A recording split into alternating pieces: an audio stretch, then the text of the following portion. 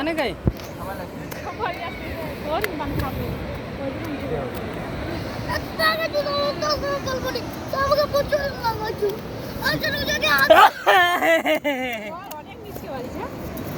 হ্যাঁ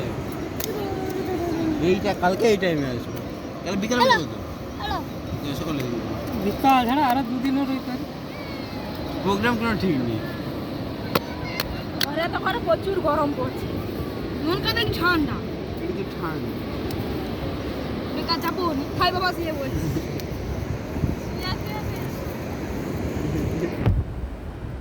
বাবা